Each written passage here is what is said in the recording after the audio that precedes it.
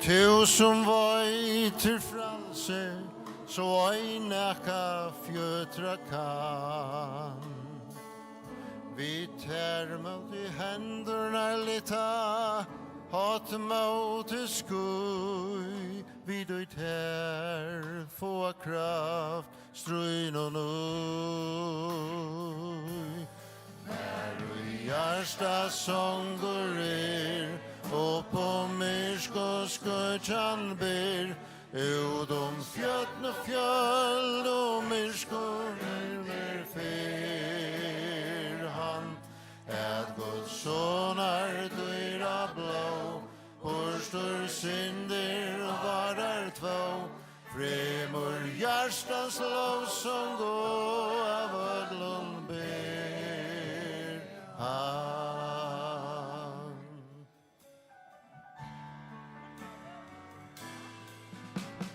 Du som adlan heimen fiddler, upp I tøyne dør, vid maudet lita tauna lær.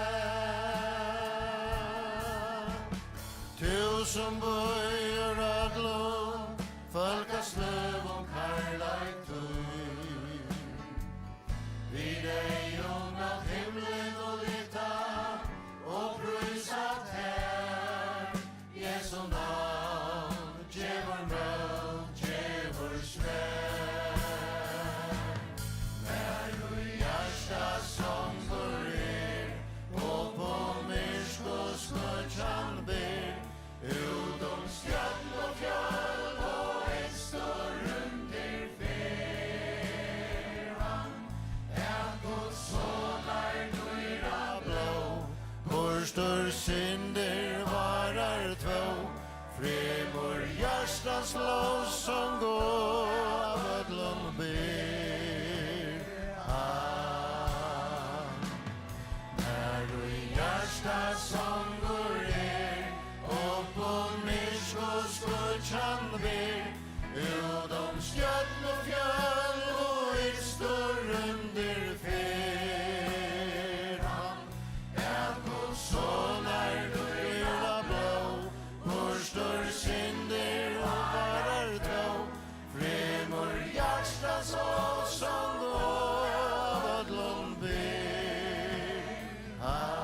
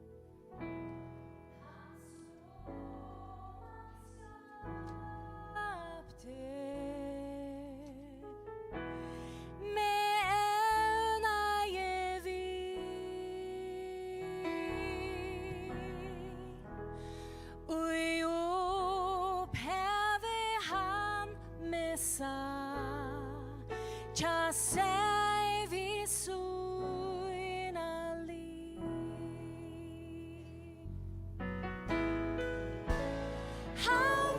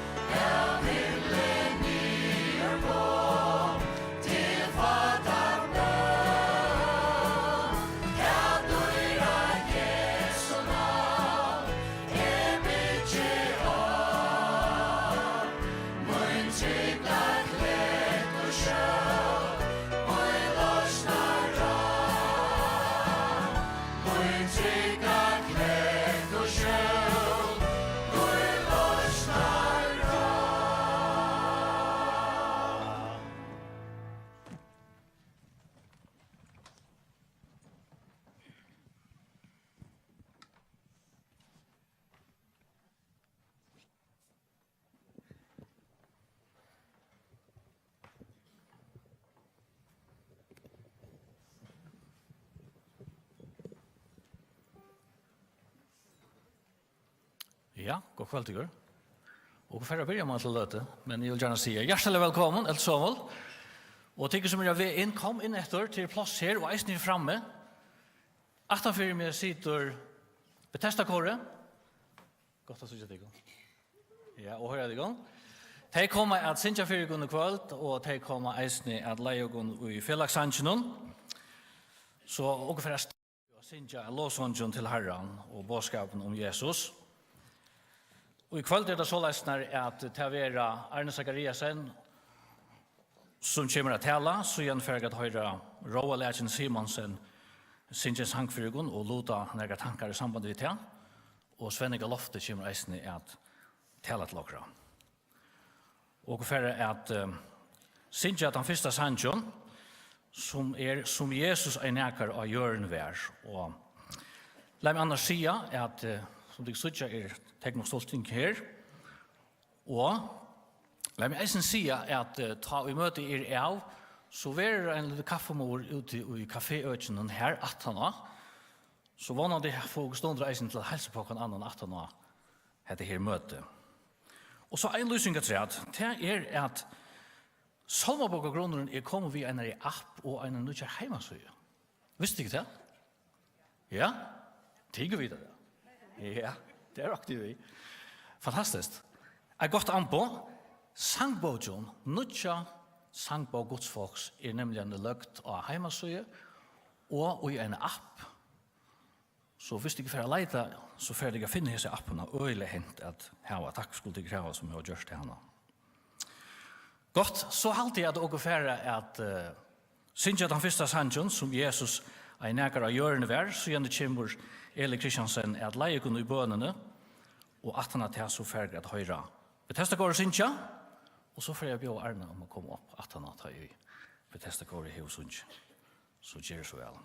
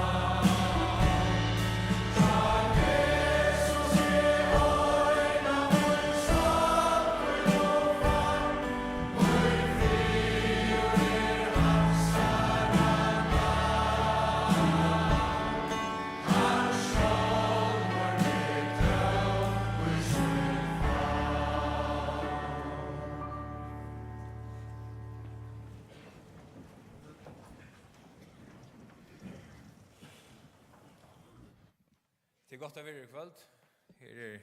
Här är gott att sitta här framme mitt fyra. Det är väldigt gott för fällasangen så här är några plats hvis ni följer att inte att uppleva att goa som jag har finnit bara så lite löt när jag sitter här. Och i Lukas 15 här har Jesus trutja söver. Han tossar om han behällde den till alla. Han tossar om en mistan sig som blir en borster och i jökna en dag. Och en hyren för ut och finner sig och färran hemåt. Den nästa sövan är om en kvinna som har finnit tutsi drakmer. Hon är mist ena. Och hon leitar och finner en natten. Den tredje sövan är om en tvär skiner. Och en i Adam säger Babba, ge mig det som jag är, den arven som jag ska ha. Och han får borster och spittlar att borster. Och papen, och han renner ut i självan och bestämmer sig till att jag får ett till pappa. Kjalt om vi har för brott med modern kjalt jag har just bor i honom till skamna som vi mun ätbore så färg att. Och då ständer du kvar en anstung och för som och är som söv någon att det var glädje. Det var glädje kvar jag för att tinchnu att sejren drackman eller sonen kom jag tror jag. Och så är det isna att det glädje kvar jag för att människa kommer att tror jag. Med sejren blev ganska busra som det byttade. Drackman av oskjøttene. Soneren får av sted vid fruen vilja. Men ta det kom jag tror etter var det glädje. Det ena som är sånt underligt, det är lite tvist i søvnet, det är att jag var en soner hemma som har suttit till hejt stor på tingen. Jag suttit till så arbetade han harst. Han det var inte att sätta fingrarna, men det var inte glädje. Och vi sövan enda lugg som vi säger kvart vi är av hässon. Jag vet inte om kanske att tid ankra kan identifiera sig vid ankra hässon. Men sövan bådskapen är den samma laknöd. Färgen ständer vi öppnar örmon och bojar och vånar att vi väntar oss till hans. Om du känt han, lunche, eller att du än inte är kommit att känna han. Jag skulle be. Herre, tack för det. Till någon stor nej. Och tack för Jesus sövnar som om hur du bojar och vånar här i att människor vänder sig till dig. Vi tackar för det. Höver vi det här vi här att jag prätkat ett år och vi ber här i att du måste göra dem som kommer att bära ett år fram och kvöld. Då lägger jag dem några mån herre och vi ber till en andan av virka och görs någon och dem som lustar i höllene. Dem som sitter og lusta hver en er og suttja du gjør noen, høyre gjør noen, suttja eller høyre bådskapen og kvöld. Vi ber at du må siknes av lødna, og ber her at du må gjøre større og gjør til, så vi sagt og gjørs til kvöld. Vi takkar deg for Jesus Kristus, her og ber her at du må sikne og tunne navn i amen.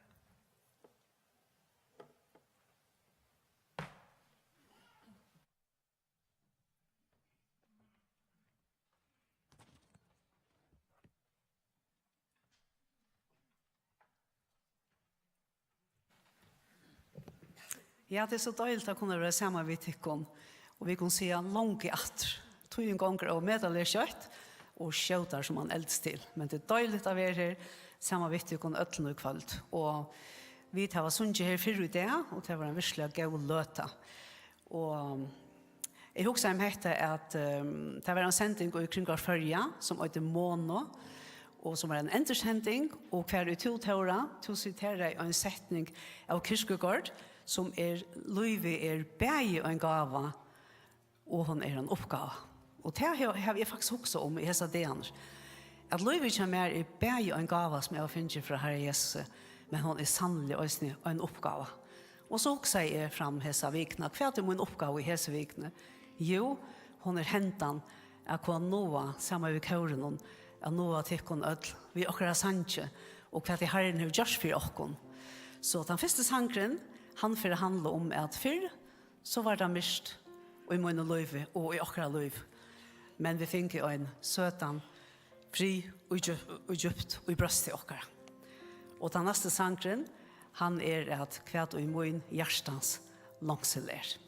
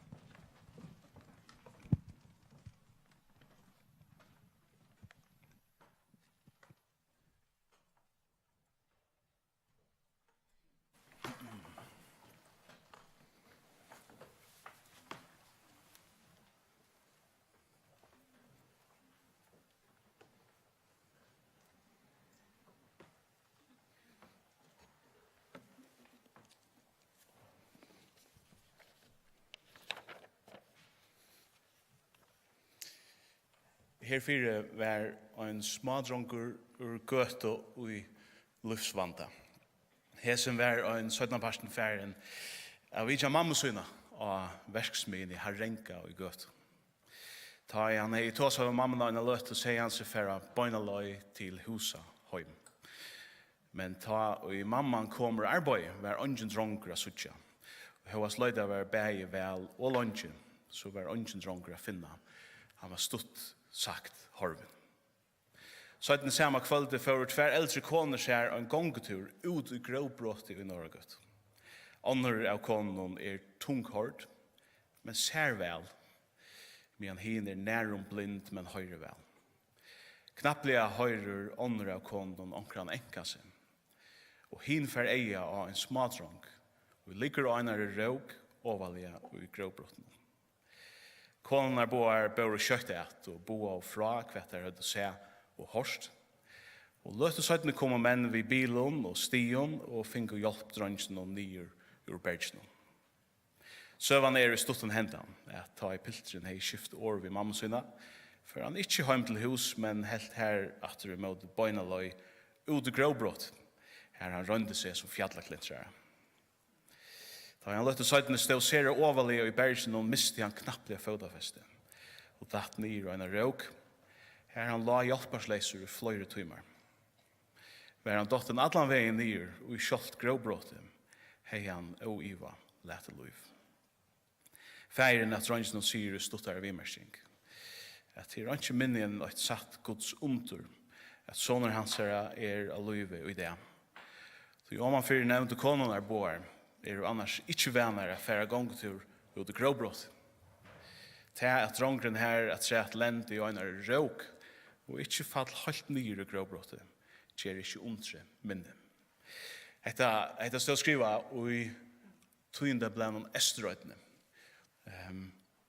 28. september i 1991. Og hese smadrongren ur Norrgøt og til Jeg var bare 8 år gammal, da jeg hette hendte, og jeg er takksam for at jeg vil ut. Det må jeg si. Og jeg er samtidig med pappa min om at det var et under.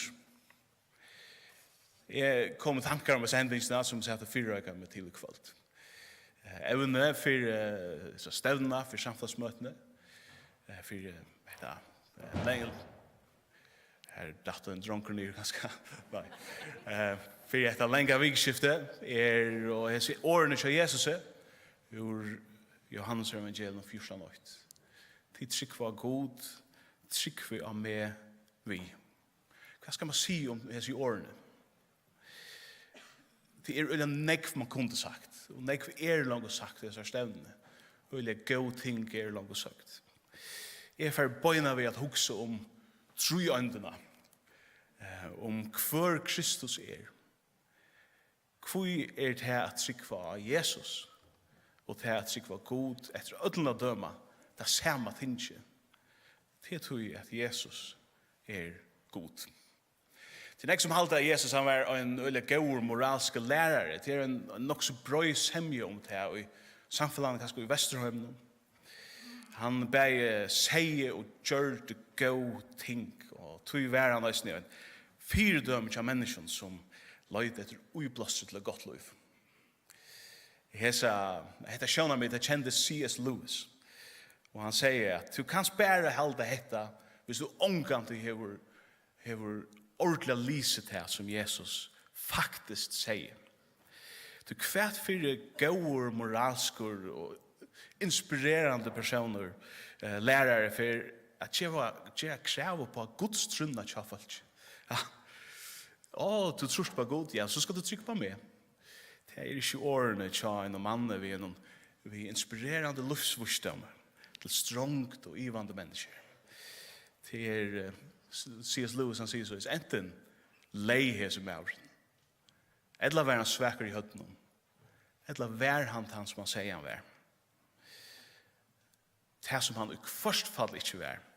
Det var en kloke maur som hei eggløyt verna og sine medmennesker og fein vil du døyda nekker sin moralsk og nyhestå til eggløying.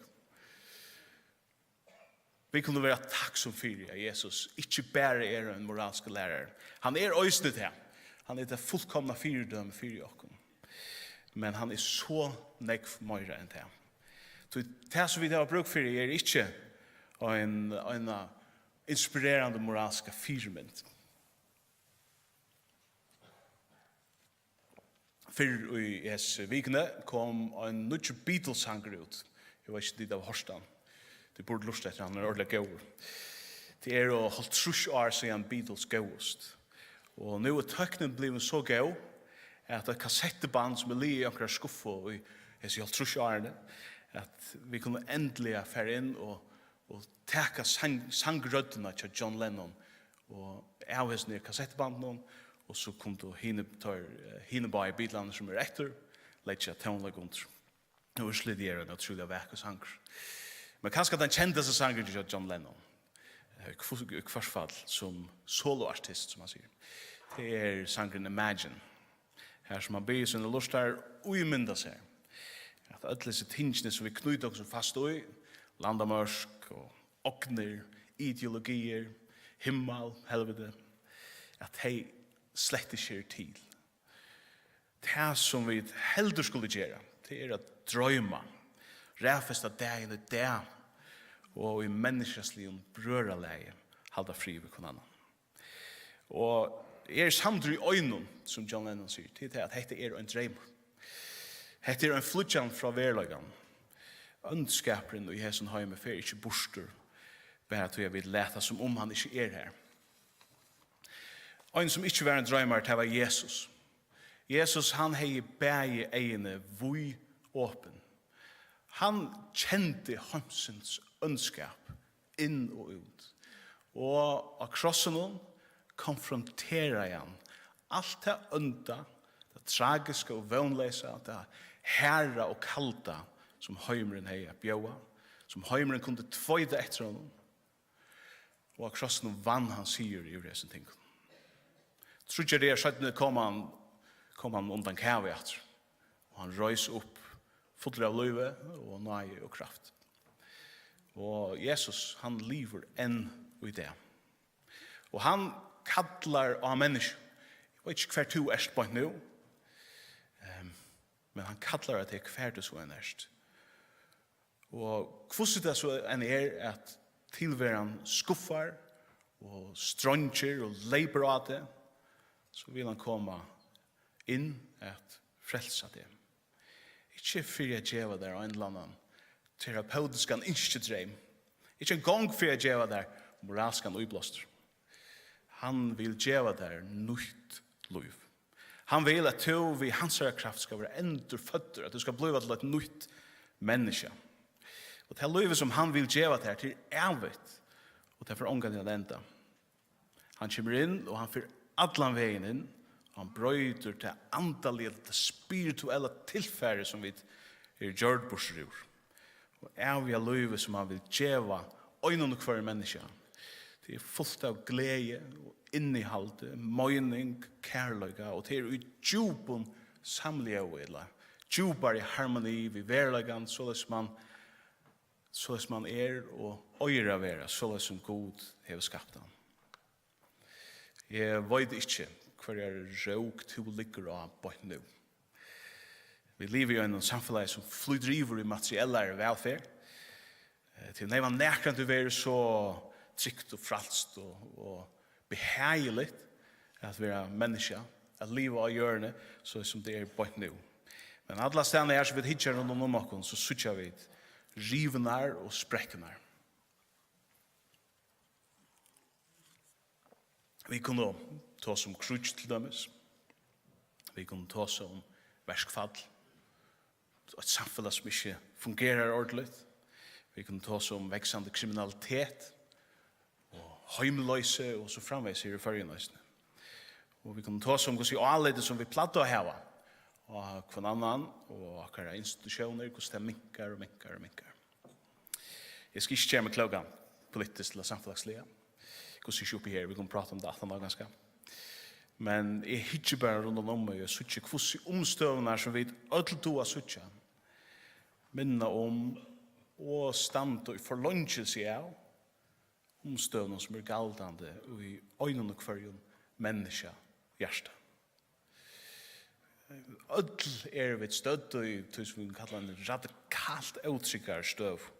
Vi ligger öll av seg råkjene. Vi kunne drømme okkur borster, vi kunne fortelle søver og røyne avløye okkur sjálv, men vi er noktast ikkje. Og en dag kommer dagen etter okkur, og en dag dektar vi det til hav. Adlan vi nere i gråbrott. Og den øynaste som kan bjerga okkur Jesus. Andre mennesker kunne ikke bjerga okkur til stødd og ha precis som råk som vi. Jesus han sier tid tryggfa av god, tryggfa av med vi. Hvor Jesus som sier Jesus i år? Jesus han god som trakkar inn i menneska søvna. Men mer enn til hvis man kan si det på enda måten, han god som trakkar inn i menneska støvna. Ta han døy av krossen som vi sunker i Johanne, så tog han okkara deia og okkara vannlokk og se. Og ta han røys oppadur, så kom hansare avia liv inn i heimen, og han bjøvar okkom hekta avia liv. Jeg minnes vel hvordan sløtslige kom etter meg. Hvordan tar rundt og til enda så funnet der et sted, stilla stian, så at en maur kunne komme ned etter meg og bære meg opp ur til vandamikle støvende som jeg ganske sinter arrogant og sinter iver meg etter meg sjåan, jeg råda meg tog. Jeg vet ikke hver du til kvöld, men det at være menneske at lidja sunderbråten av en råk, som du ikke megnar å hjelpe deg selv om borser ur. Du kommet her at du megnar du har selv er nå at du ligger her. Men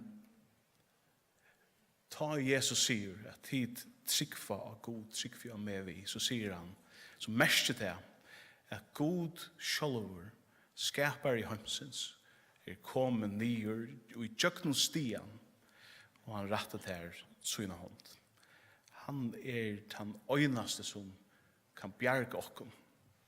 Vil du teka ut til håndene og være båren opp i tjøkken stian og trygglaga? Til vi gjør noen, vil du tryggva av evangeliet?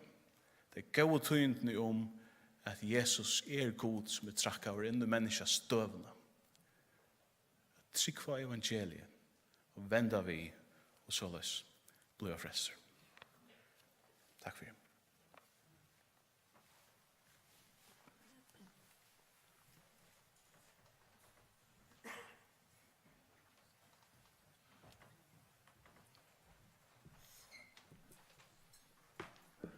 Ja, tycker en grej bådskaper da. Og nei, og har bruk for en frelser. Og for å synge nå, en sang i fela, Kristus frelser til fullnar. At dette er svære som unger har bruk for det. Kristus frelser til fullnar. Så jeg halder stort for å reisast, og synge denne sangen i fela. Ta jeg av sunge, så det Bethesda-kåret som kommer å synge 4 uken atter, og 18 til så får jeg høre en sang og en vittnesbord, eller en tanke fra Roa Lætjene Simonsen. Men først Kristus frelser til fullnar. Som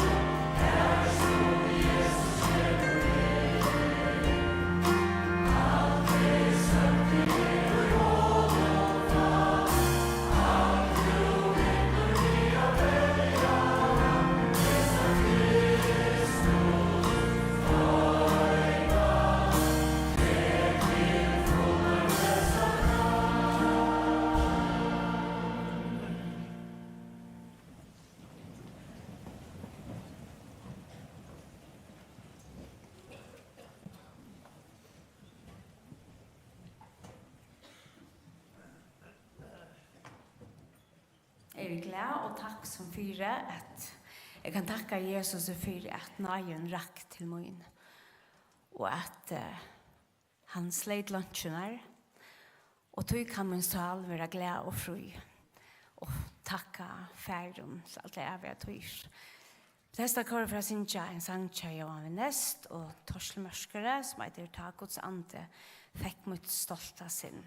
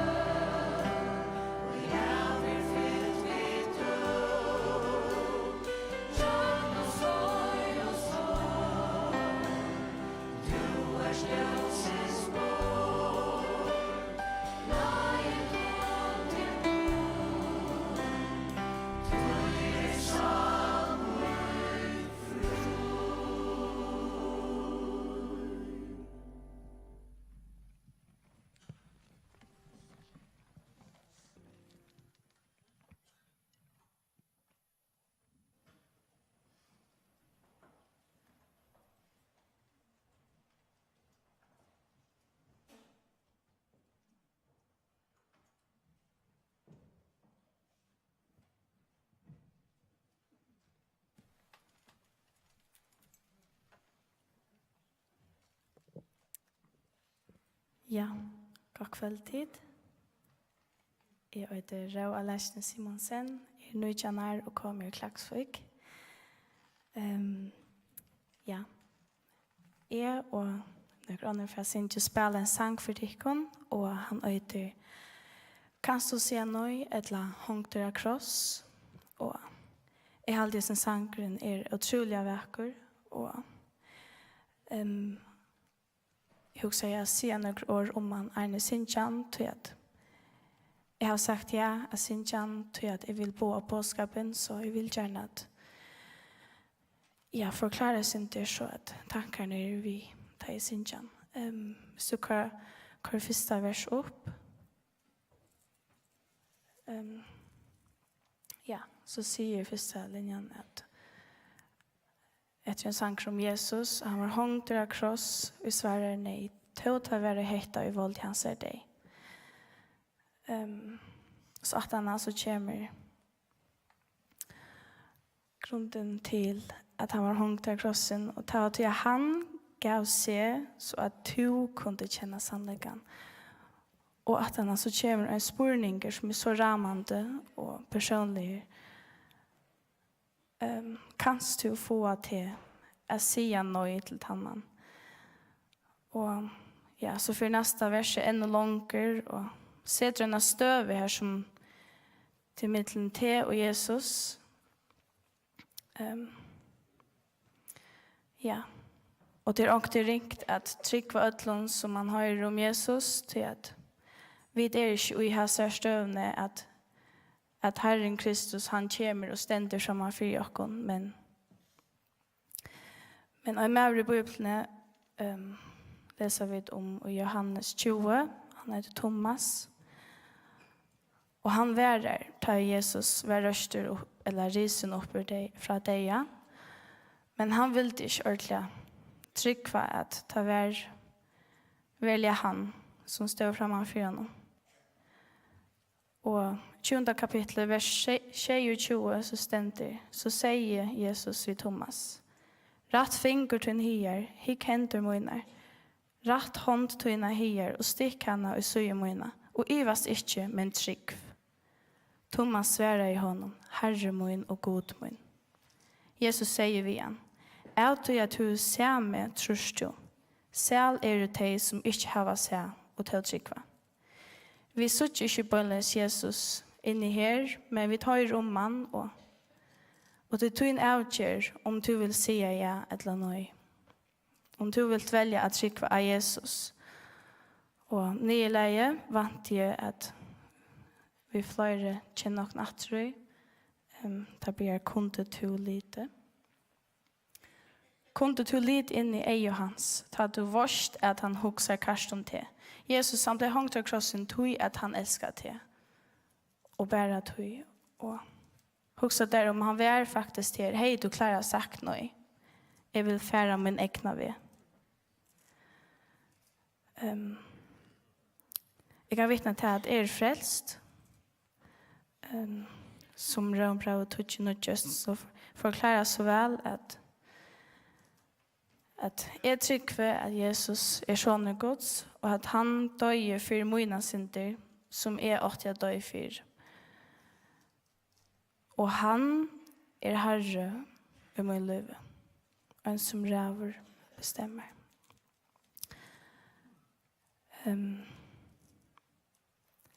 Ja, jeg heller ikke skal si han ikke mer, men ja, vi får ikke spille, hende sangen, tog at, eller jeg sier ja, tog at jeg vil leve til livet som han, jeg vil leve mitt liv for han, til han gav sitt liv for meg. Og jeg vil at disse år, som sangen kunne sikre det ikke om at ditt lust av hjertet, og vite til at Jesus elskar te, og han ønsker at du skal være frelst.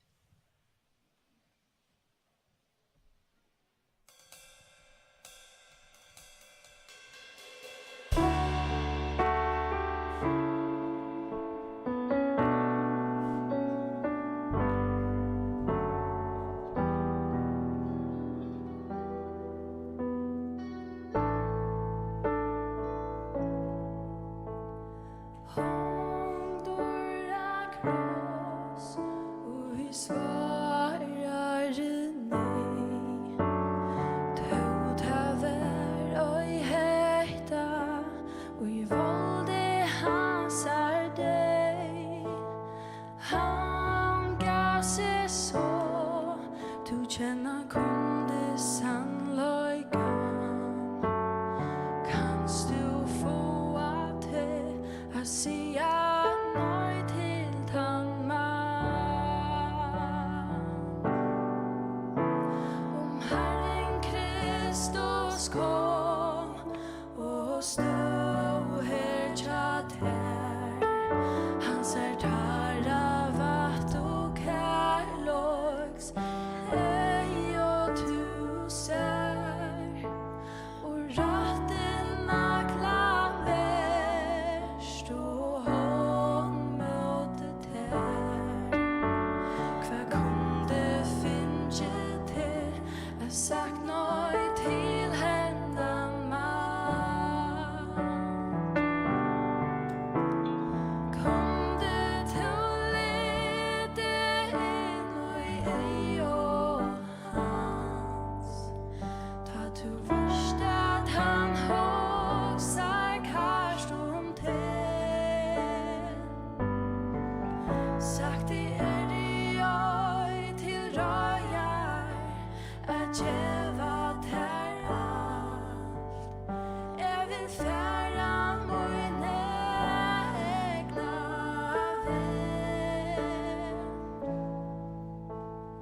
Jesus är här du hans ord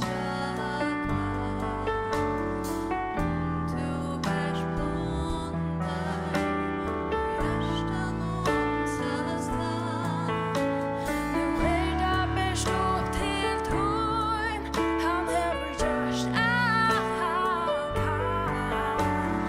kanst du få att säga nej till den man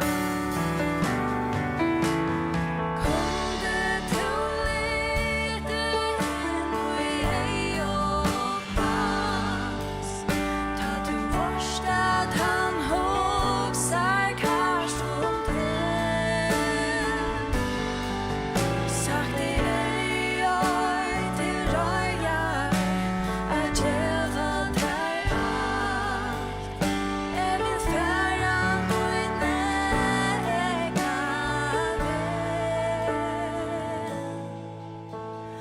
hon dörra kras Herra sigaren vann kanst du få att säga nej till den man och vad är det som färd att säga nej till den man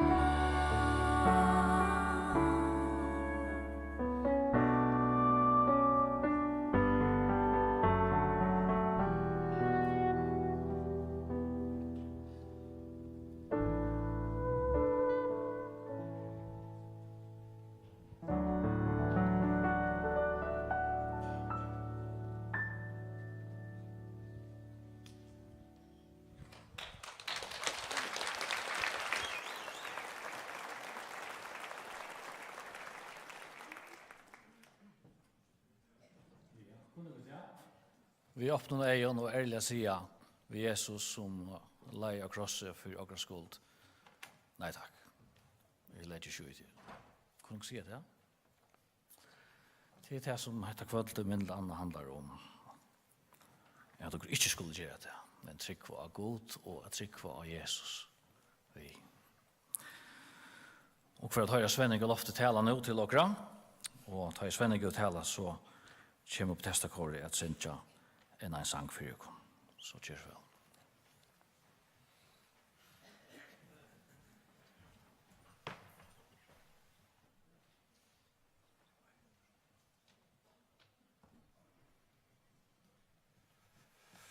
Ja, Erik och glad för att jag säger ja till Jesus.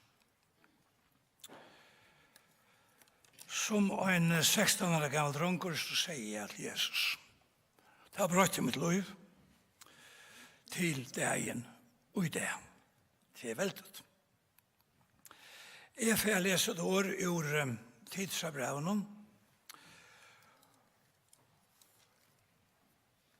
2 og kapittel 2 og vers 11. Du nei Guds åpenbæra, öllum menneskjum til frelse. Og hun vener okken opp til at evnokta godløse og hinner veradlige gyrder og liva samelige, rattvust og godelige i heimenon som du Men jeg vil vanta hinna selvevån. Hinna selvevån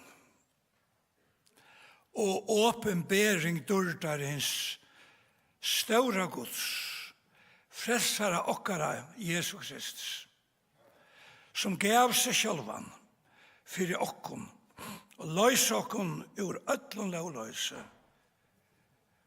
og rønsa seg sjálvan oknar folk oie til gau versk. Evangeliet om Jesus underfullt. Hinna selvevån, Bibelen skriver om dette at Jesus kommer atter. Og det er det som jeg vil minne av her i kveld. At Jesus Kristus kommer atter.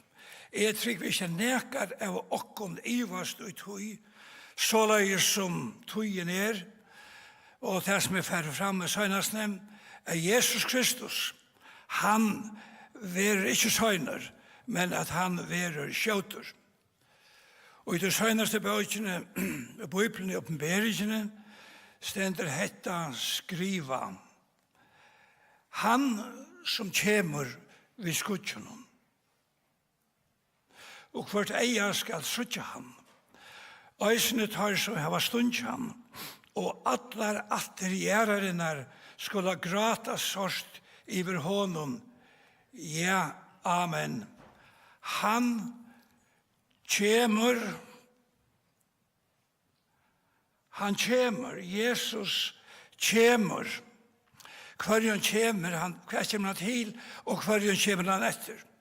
Han kommer etter taimon, som her hava tidsi imot i hånden, som frelsar av søgnen, og angnøren. Det hans atlan, og det hans faste atlan, og i øynene av oss, og en av oss løte og vi ikke vite, og ikke vet, når det verer, men så kommer Jesus, og spurningen verer til vi ta Jesus kommer. Og hvordan det vi har gleden i hjertet okkara, at Jesus kommer. Han kommer som kjører nått, og vi kunne tjekkast om, dette her, vi leser skriften om imiskar kommer, dette første koma, eller ånder koma, eller hva det her, og så kunne vi bruke tog at tjekklast om det, men Jesus kommer. Han kommer. En dag, en kvöld, en natt, så kommer Jesus. Det har vært for godsmenn i Amerika som tjekkast om det her. Kommer Jesus an trångtna, kommer Jesus atterna trångtna, og så kunne vi tjekkast atter og fram om det, og ta vi var samtidig om at han skulle fære til hus, og kan dette male og komme atter og si hva urslitt der så var kommer til. Og ta i der så komme atter. Ta var det ikke for å tjekkast. Ta kom sammen og ta lop om halsen av hver nøren og kunne si han kommer. Han kommer. Jesus kommer og sælavel. Jesus kommer brått. Av mitt i navn etla, mitt av nått. Og dyra vevn, jeg skal Jesus sjå, og sikne jeg vevn, jeg skal være hånden sjå. Til underfullt og dyrebart. Ole Reinhardt, bønde og i Norradale, som jeg vil kalla for Norradaskalde, gav okkon sangperler, veldige sangperler, og som sangen som en røyker og i stille man standa, menneskans stokkot og ar. Viner kiler til ikkje tunn vanda. Og så videre. Etla sangen og syndare ber og meir, tunn myska iva, men gjevet det til Jesus nu, og du skal liva. Etla sangen, Jesus vid hitja opp mot skudjon, vantan og brott, at sutja til, så som du tøynum te hever lova, og som tan stunden gleder meg, og ta veri kjøtt. Ta veri kjøtt, kære vinner, etter som vi løs om, at vi vanta hina sælevån, og bembering durdar hins ståra gods, og frelsara okkara Jesu Krist, frelsa okkara nærre nu, enn ta vi kommer til trygg. Kære tid, til stort etter tja okken ötlun. Eg vil jeg stort etter tja okken ötlun inntil hetta løyve. Liot, men arent her, så kan det henta, som Jesus sier, at han skal komme atter og teka okken til søyn. Juda sier, at Herren kjemi vi inn hinn mange tusen høyla av søynen. Jeg husker med det her tid, en meaver som kallas for Gottfred i Høynastovo og i Syregøtum. Han tjekk i sælen, den gamla sælen i Syregøtum, kvansunnet der, trofast, kinta, inntil brevbrøden ikke vær. Og så møtte han en mann av en her i Syregøtum, så sier som meaver igjen, Gottfred, hvor så langt at du har gjerra hettar? Gottfred sverre, inntil han kommer. Inntil han kommer, Jesus kommer, og han kan komme nå, og du innskje for ut vi kommande, at du skal gjøre til drøyer, møte Gud, møte hånden her, teka imot i hånden, fagna hånden i hjertet og innom, og her du størt, så gjør du i kvalt. Og jeg færre nå, har stått, en stort av bøn, for jeg bia, og du kan bia sammen med mer, og djeva ditt liv i til Jesus, eller at du rettet din hånd opp her i kvalt, og du kan si, jeg vil fylgja Jesus. Let jeg kunne ødelig på okkara høver og i bøn for i omkron som kanska tørvar at teka det søgnaste stige og fagna Jesus som sin frelsare og i kvalt Aren han kommer etter søgnen. Let dere på at dere knø alt somul, alt det som sitter oppe, og eisne vid som her, og tid som sankaren og alt.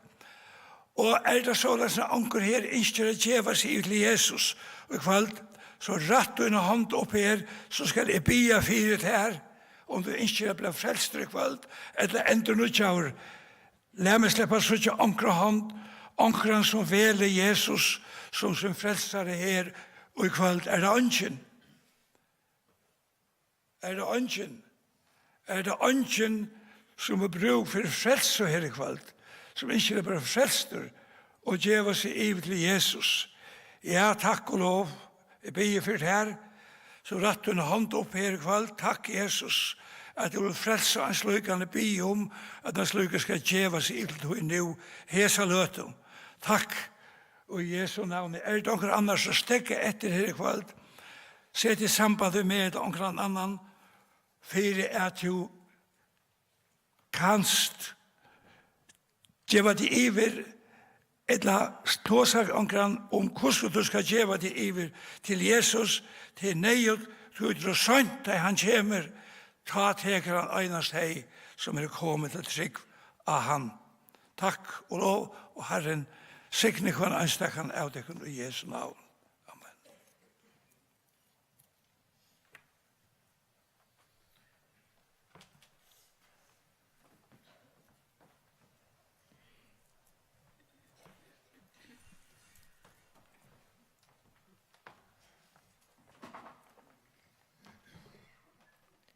Ja. Betessa Gavrø skal synge en sang av træt, og han sangren blir så i snær. kom vi tøyna synda bir. Jesus bjøvar kvile her. Og etter ikke bare en sanger som Bethesda-gaure synker, og år som Bethesda-gaure synker. Men det selv Jesus som sier etter her. Han sier i Matteus 11, vers 28. Kom i her til min, all tid strevas av tungt å bære. Jeg skal gjeva deg en kvil. Og et fantastisk tøyende at Jesus selv sier, kom her til min.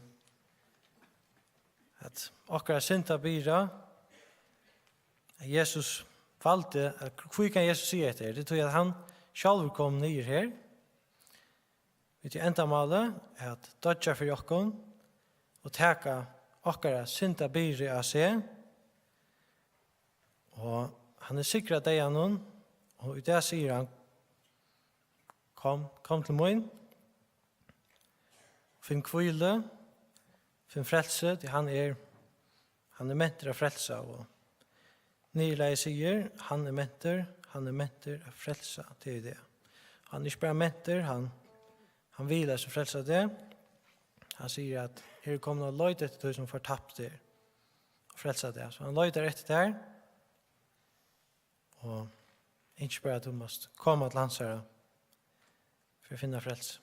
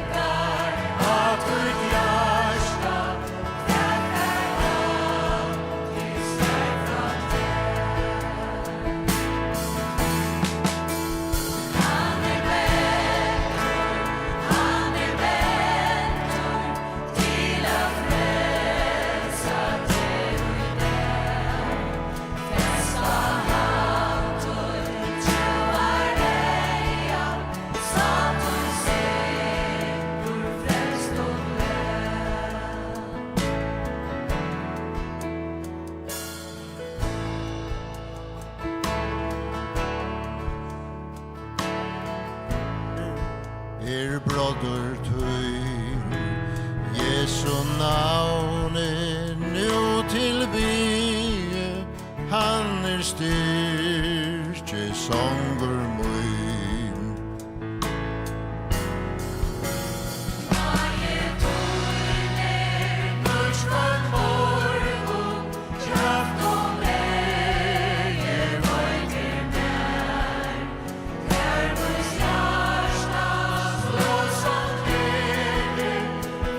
Yeah.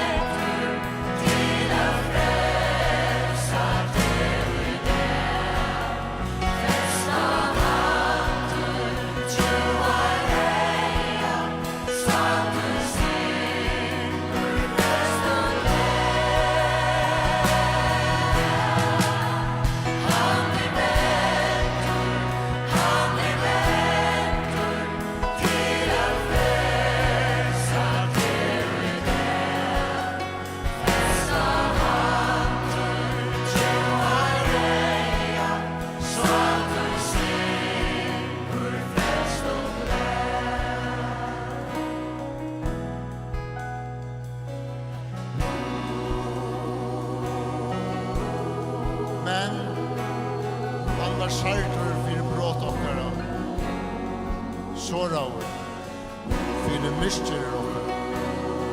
Straffen var lagt av han, og i svarm hansara vi grødd. Tui kan han øysene fullkomeliga frelsa teg som koma til god vi honom. Tui han lever alltid at bia fire tøym.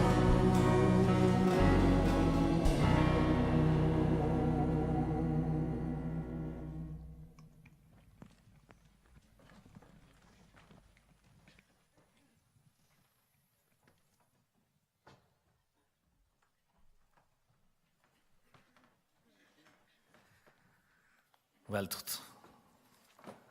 Han är mentor, tror han lever alltid. Det är fantastiskt. Tema är fyra hessa här stävnarna som har grav hårt flera för när till tryck var god, tryck var med vid till Jesus som säger det. Och bara från undan säger han vi lär sig här. Hjärta tyckara öttest inte.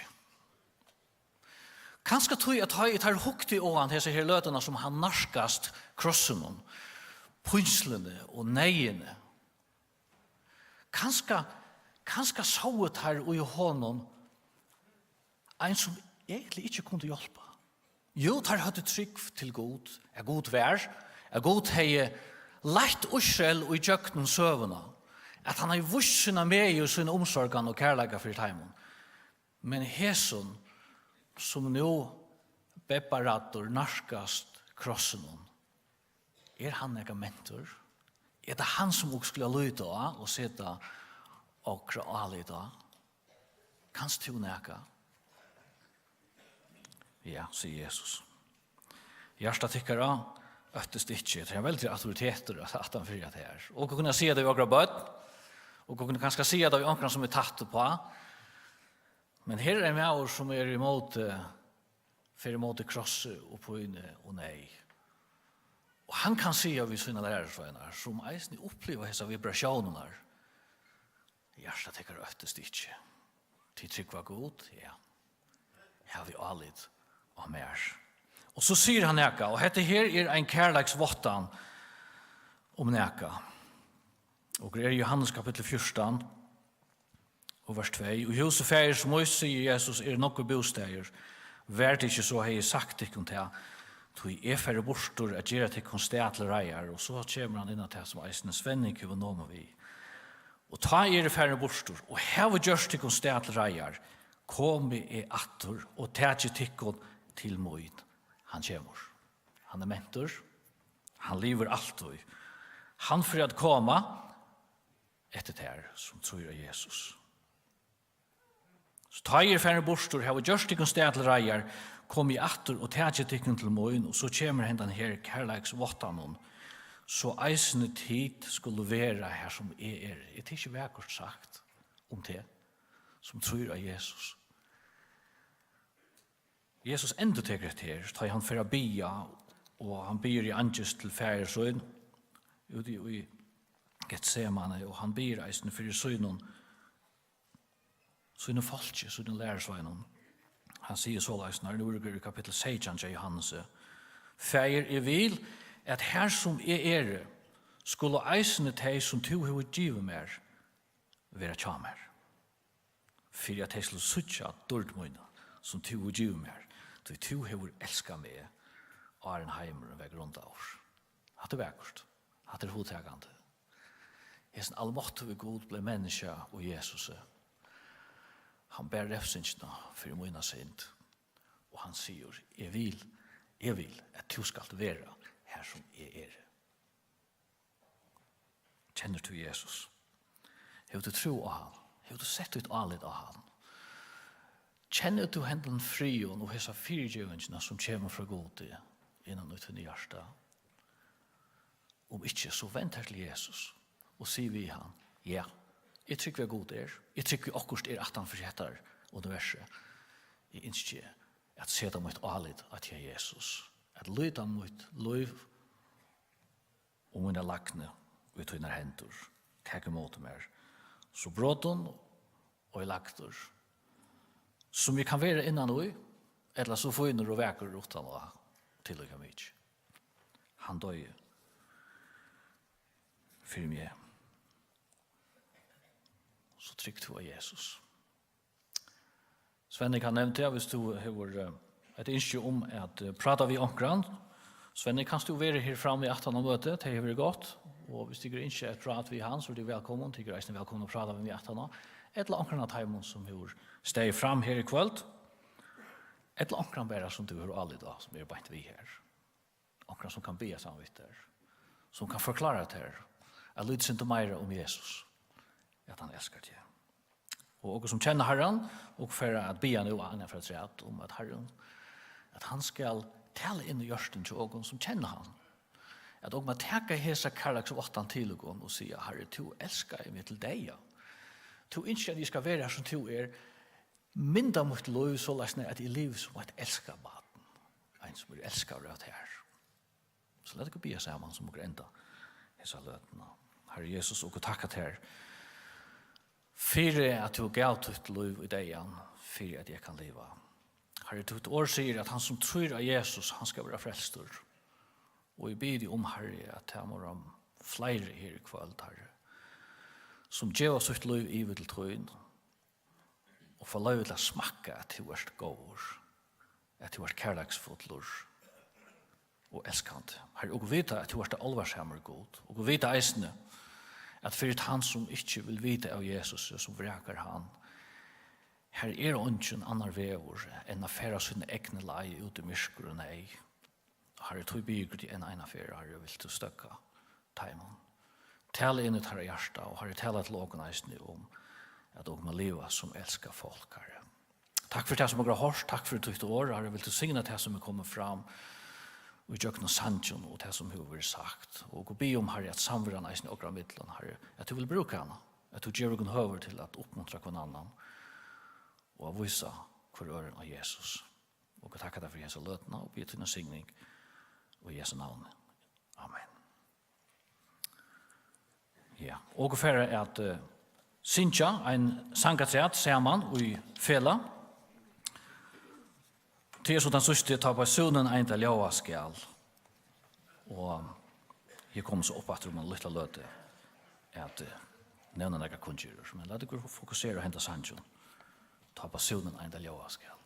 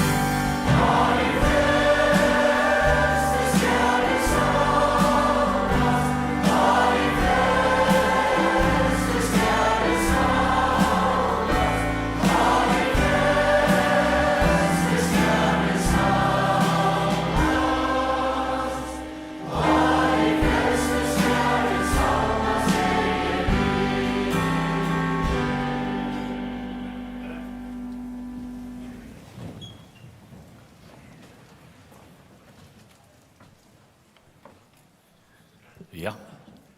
Svenning han stender her, og gjør bruk av tog hvis du følger til, og du gjør hodla til oss av vi han, et langer navn.